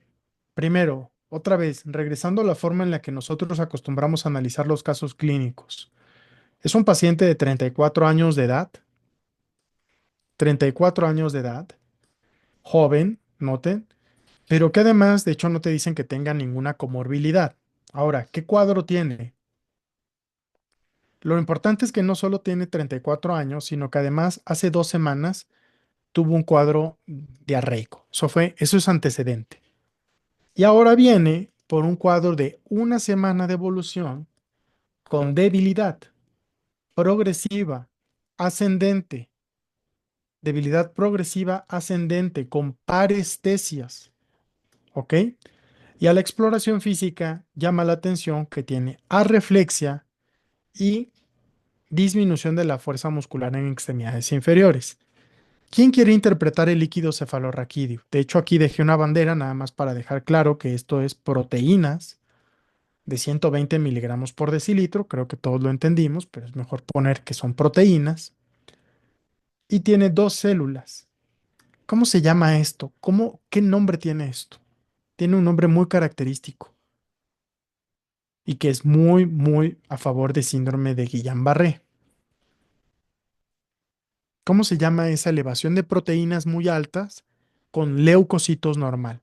La proteinorraquia efectivamente tiene hiperproteinorraquia, pero ¿cómo se llama esta diferencia entre tener leucocitos normales con proteínas muy altas? Se llama disociación proteinocitológica. ¿Ok? Entonces, si ustedes recuerdan cómo hago el diagnóstico de un paciente con Guillain-Barré, recuerden que un paciente con disociación albúmino-citológica específica, bien Daniela, pero como aquí no me están midiendo albúmina en líquido cefalorraquídeo, lo que me están midiendo es proteínas, pues lo correcto es disociación proteino-citológica. Entonces, recuerden que un paciente con síndrome de Guillain-Barré, el diagnóstico tienes esto que estamos viendo aquí, disociación albúmino-citológica, donde las proteínas están elevadas y el conteo celular es normal. Entonces, hago ese comentario porque vean aquí, proteínas elevadas con celularidad en líquido cefalorraquídeo normal. Esto es muy característico de Guillain-Barré. Puede ser normal en la primera semana de evolución. Sin embargo, conforme la evolución va teniendo lugar, vas a tener proteínas aumentadas con cuenta celular normal en el líquido cefalorraquídeo. Ok, ahora vayamos a cómo contestaron. Si me voy a la pregunta número 13, que fue la primera de este caso, el 73% dijo Campylobacter jejuni. Perfecto. La verdad es que se han asociado muchos microorganismos, incluso VIH con Guillain-Barré, pero el clásico es de un paciente con una diarrea inflamatoria previa y el microorganismo más comúnmente asociado es Campylobacter. ¿Ok? Todos los demás pudieran asociarse, sí, pero no es lo más común. Citomegalovirus, recuerden que con lo que más se asocia es con problemas de retinitis, hepatitis, neumonitis, colitis, esofagitis, en un paciente con infección por VIH o inmunosuprimido. Pacientes trasplantados pueden tener infección por CMV, invasiva o enfermedad por citomegalovirus. Porque todos aquí hemos tenido infección por citomegalovirus, muy probablemente, si ustedes recuerdan cuál es la cero prevalencia para CMV, es de un 80% para la mayoría de este grupo. La mayoría de este grupo está en una edad promedio de unos 25, 27 años de edad. Y para esa edad, 75-80% de ustedes tienen IgG positivo para citomegalovirus. Nada más que nunca llegó a retinitis, nunca llegó a hepatitis, por fortuna, ni a colitis, ni a esofagitis, porque esperemos que ninguno de nosotros esté inmunosuprimido nunca a estos grados. Ahora, Epstein-Barr virus, ¿con qué entidad lo asocian? Con mononucleosis. ¿Puede ser un desencadenante de síndrome de Guillain-Barré? Sí, pero típicamente es con enfermedad del beso, con linfadenopatías, fiebre, fatiga. Haemophilus influenza, pues es un microorganismo común de infecciones de vías aéreas superiores, particularmente en niños, y no es frecuentemente asociado con Guillain-Barré. De hecho, 73% respuestas correctas aquí. Ahora, te preguntan cuál es la fisiopatogenia. Y ojo, porque recuerden que hay subtipos de Guillain-Barré. Tienes variantes axonales y variantes desmielinizantes. Pero la mejor respuesta en este escenario es la única que viene con desmielinización. Entonces, veamos cómo contestó el grupo. La pregunta 14, 69% dijo no, pues es por desmielinización. Un 25% pensó en toxinas bacterianas y necrosis celular. Sin embargo, recuerden, y ahorita creo que tengo una imagen en esa clase, pero el problema no es propiamente por la bacteria, por el virus que desencadenó el Guillain-Barré. Es por la respuesta inflamatoria que se monta después de esa infección. Repito eso. El daño en nervio periférico, ya sea daño axonal o daño desmielinizante, no es por el efecto de la infección, sino por la respuesta inmunológica que monta el cuerpo y daña el nervio periférico. ¿Ok? Entonces, aquí el daño puede ser axonal o puede ser daño de carácter, em, de carácter desmielinizante. ¿Ok? Entonces, voy a ver aquí, debe de haber etiología. Como decíamos, CMV puede ser un desencadenante, HIV, Epstein-Barr virus, incluso Zika, pero el más común es de Juni, que fue el motivo de la pregunta. Vacunas también se asocian. Y aquí estará un punto de lo que les decía hace un ratito. Pueden ser lesiones desmielinizantes o lesiones axonales. ¿De qué va a depender? Pues va a depender del mimetismo molecular. Aquí está. Y el sitio donde va a haber daño, ya sea en el nervio periférico a nivel de la mielina o a nivel del axón. Entonces, el diagnóstico es clínico, ya hace un rato mencionábamos, debilidad muscular simétrica progresiva ascendente con arreflexia o con hiporreflexia. Aquí está en el recuadro blanco. Debilidad muscular. Si ustedes recuerdan el caso, el paciente tenía 3 de 5 en extremidades inferiores, 5 de 5 en extremidades superiores. Fue ascendente, fue progresiva y te citaban arreflexia, pero también puede haber hipoarreflexia. Muy bien, algo muy común del Guillain-Barré es que puede asociarse con disautonomías. Entonces les decía, a nivel diagnóstico, el paciente puede tener variantes axonales o variantes desmielinizantes. Aquí, por ejemplo, vean estas acrónimos AMAN, AMSAN, AIDP. Lo que significa esto nada más, estas son variantes axonales. Y esta es una variante desmielinizante, la polineuroradiculopatía inflamatoria aguda o AIDP y la neuropatía axonal motor aguda o neuropatía axonal sensitivo motor aguda, AMSAN. No tienen que recordarlas específicamente, solo tener en mente que para fines del ENARM hay dos subtipos de daño, daño axonal y daño desmielinizante. El desmielinizante, lo más común es AIDP, y el axonal, neuropatía axonal motora o neuropatía axonal sensitivo motora. ¿Qué anticuerpos se asocian con Guillain-Barré? Los anti-GQ1B en la variante Miller-Fisher y comúnmente son los anti-GD1A o GD1. Y como no es clase, nada más era como mostrarle lo que tenemos aquí en herramientas. Tratamiento, por favor, debe de haber aquí. ¿Qué significa? Quiero recalcar este dato, porque este fue el motivo que buscábamos. No hay beneficio en utilizar esteroides. Pónganlo ahí en sus notas. No hay beneficio en utilizar esteroides en el paciente con síndrome de Guillain-Barré. Sí lo hay en cuidados de soporte, y los cuidados de soporte tienen que ver con tromboprofilaxis, con enoxaparina, plasmaféresis o inmunoglobulina, no los dos, uno u otro, dependiéndolo con lo que cuentes. Y entonces, cuando nos regresamos a la última pregunta y nos dicen, oye, ¿qué tratamiento no es parte del manejo habitual? La realidad es que la plasmaféresis sí es tratamiento, la enoxaparina sería un tratamiento de soporte para evitar trombosis venosa profunda en un paciente que no se puede mover porque tiene debilidad de extremidades inferiores, y la inmunoglobulina y la plasmaféresis sí es útil, pero la plasmaféresis requiere de un catéter de alto flujo. Entonces, si me ponen a escoger entre qué elijo, plasmaféresis o inmunoglobulina, porque las dos vienen, la verdad es que yo elegiría inmunoglobulina porque se puede administrar hasta por vía periférica. Mientras que la plasmaféresis requiere banco de sangre, requiere una máquina muy, muy grande y además requiere colocar un catéter en una vena grande. Un catéter de alto flujo, un Majorcar, un Niágara. Entonces, si me dicen, ¿qué es más fácil aplicar? ¿Inmunoglobulina o plasmaféresis?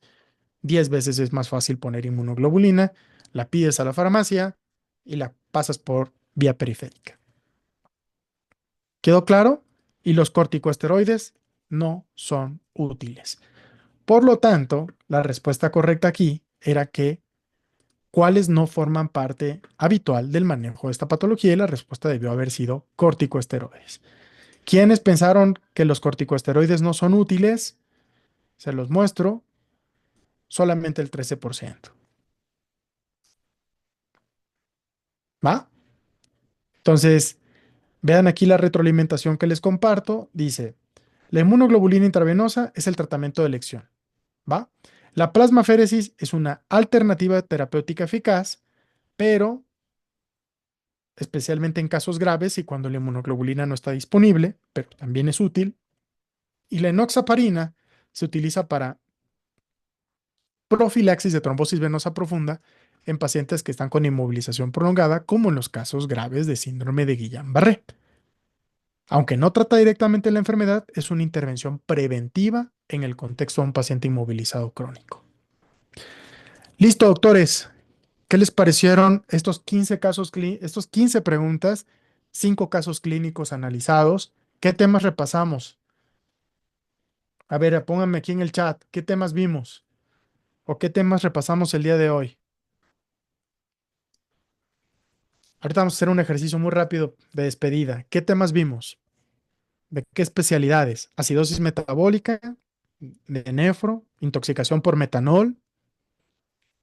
Vimos SIAT en el contexto de un paciente con tabaquismo intenso, con un SIAT asociado a eubolemia. Vimos infecto con tuberculosis, un mal de POT, con lesiones líticas en T10 y T12. ¿Qué otra cosa? Vimos una infección de tejidos blandos, una fascitis necrotizante, que les dije que cuando hayan ampollas violáceas negras de rápida evolución con dolor desproporcionado, piensen en una infección necrotizante. Y finalmente vimos un tema de neurología, síndrome de Guillain-Barré. Escríbanme aquí en el chat qué cosa aprendieron hoy que no sabían dentro del análisis, lo que quieran. Cada quien pudo haber sido algún tema o algún punto importante, porque el hecho de que alguien lo ponga puede ser útil para que todos los demás repasemos de eso con lo que se llevan. ¿Qué aprendieron hoy que no sabían antes de esta sesión o de este repaso, de este ejercicio de simulación? Recuerden que muchos de estos casos, pues también para mí son nuevos, ¿eh? Entonces, pues es un ejercicio y es un reto también donde yo también me expongo y me pongo vulnerable en el sentido de que puede salir algo que no me sepa. Ok, buen punto. Chava se queda con la idea de que los corticosteroides no son útiles en el síndrome de Guillain-Barré. Buen dato. ¿Alguien más? El tolvaptán, que es un acuarético, es un fármaco antagonista de vasopresina que se utiliza en SIAT, que es un paciente que tiene hiponatremia hipotónica eubolémica, donde tienes que descartar disfunción tiroidea y suprarrenal. ¿De acuerdo, Daniela? Hecho. La fórmula del anion gap, Jesús. Sodio menos cloro más bicarbonato. Sodio, catión más importante. Cloro y bicarbonato, aniones más importantes. La diferencia entre estas, entre el sodio y el cloro y bicarbonato debe ser siempre menor a 12. Cuando tengas más de 12 se llama una acidosis metabólica de brecha aniónica aumentada. Y esto tienes que pensar en Goldmark, glicoles, oxoprolina, lactato, delactato, metanol, aspirina, falla renal y cetoacidosis.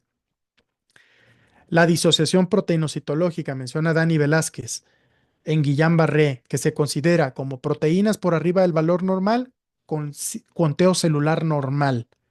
¿De acuerdo, Dani? Proteínas altas, más de 40, con células menos de 5, menos de 10. La hidroxicloroquina, asociación con ojo de buey, afección ocular. La hidroxicloroquina se utiliza en pacientes con lupus, en pacientes con artritis reumatoide y es un antimalárico. Mariana también comparte que explorar fascia, que los cultivos tardan 72 horas.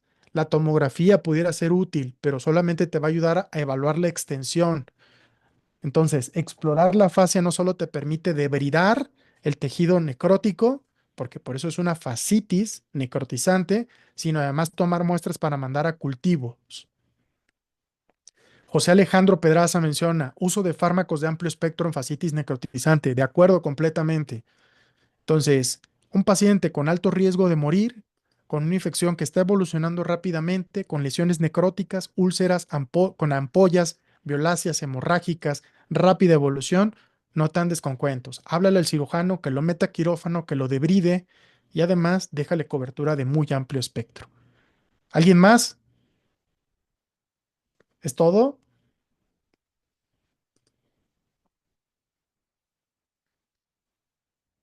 Tratamiento de elección para Guillain-Barré. Dijimos, si les ponen a elegir entre plasmaféresis y inmunoglobulina, ¿qué elegirían?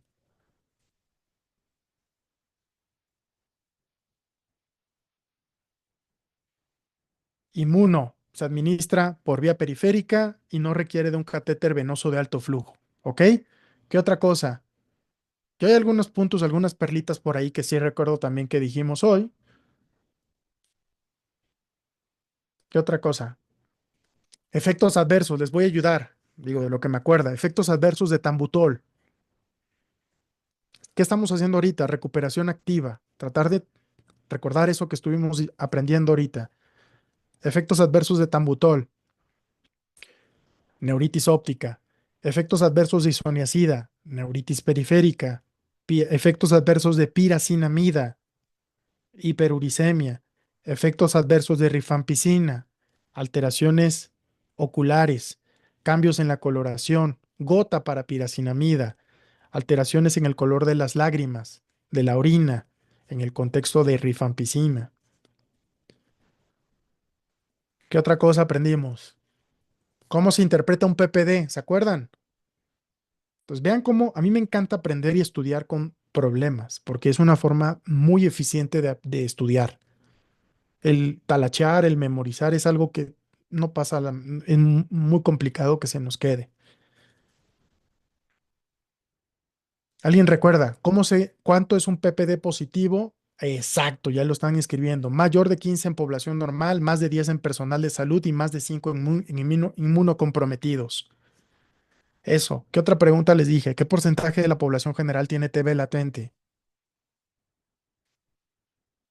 TB latente. Te fuiste muy alto, mi estimado Osvaldo. 30%. TB latente, 30%. ¿Ok? Hecho. ¿Qué otra cosa mencionamos?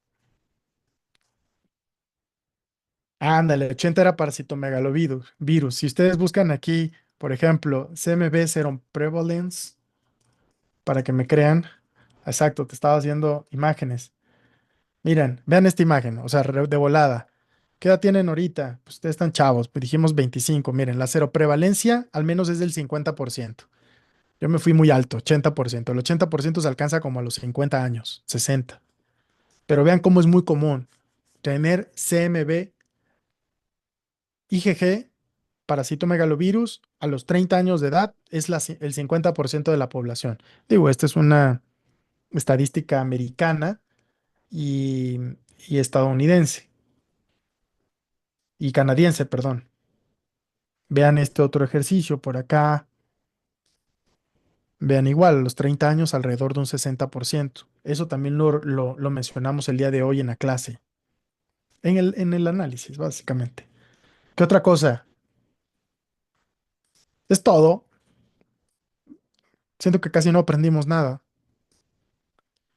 Ah, es broma. Creo que sí, fue un buen repaso. 15 preguntas, pero noten cómo no solo analizamos 15 preguntas, sino todo lo que está alrededor del estudio.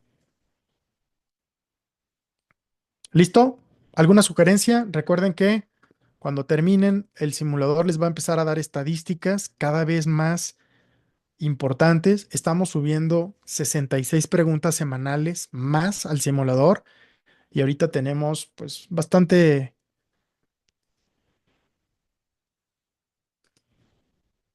Descargar. Vamos a terminar antes esto. Ahorita tenemos, vamos a ver cuántas preguntas hay hoy. 2082 preguntas. Mucho para entretenerse. Del 0 al 10. Aquí ya por último, para en lo que me despido, nos despedimos. ¿Qué calificación le darían al simulador? Del 10, donde es así perfecto, no hay absolutamente nada que corregir, y 0 es, ni siquiera lo quiero abrir porque no me va a ayudar. ¿Cuánto le pondrían hoy en términos generales, con el algoritmo de aprendizaje espaciado, con las etiquetas? En general, por ejemplo, a Andrea veo que le gusta mucho. Estamos todo el tiempo, por ejemplo, también les mostré cómo cuando ustedes no estén de acuerdo pueden dejar una bandera, pero va muy bien, a Mariana también le gusta bastante. Dani, perfecto. Y créanme que estamos trabajando todo el tiempo en identificar todos esos pequeños detallitos. Por ahí vi que no falta, que faltaban las proteínas. Bueno, se lo escribimos para que el equipo de revisión lo esté modificando, lo esté evaluando, pero este algoritmo yo no lo he visto en ningún lado, ¿eh? Si ustedes que están más familiarizados con herramientas para preparar el examen, si alguien lo encuentra me dice, pero este algoritmo donde ustedes van contestando y te va acomodando en qué nivel estás en cada pregunta en términos de nivel principiante, intermedio, avanzado, super crack. Entonces, esto es algo que a mí me encantó mucho de esta plataforma, por eso la elegimos. Y también, si quieren aprender, si esta parte también les sugiero que la exploren, el aprendizaje espaciado. Pueden estar respondiendo cuestionarios de esas preguntas que les salieron mal y que te las va acomodando para que las vuelvas a reforzar. Y una vez que las sacas bien, porque dices, no me vuelvo a equivocar en esta pregunta, pues te las va a mandar ya muy lejanas. ¿Hecho? Muy bien, doctores, pues no me queda más que agradecerles el hecho de que me hayan dado casi 2 horas de su valioso tiempo y que hayamos discutido muchos puntos en relación a temas que son muy importantes para fines del examen nacional.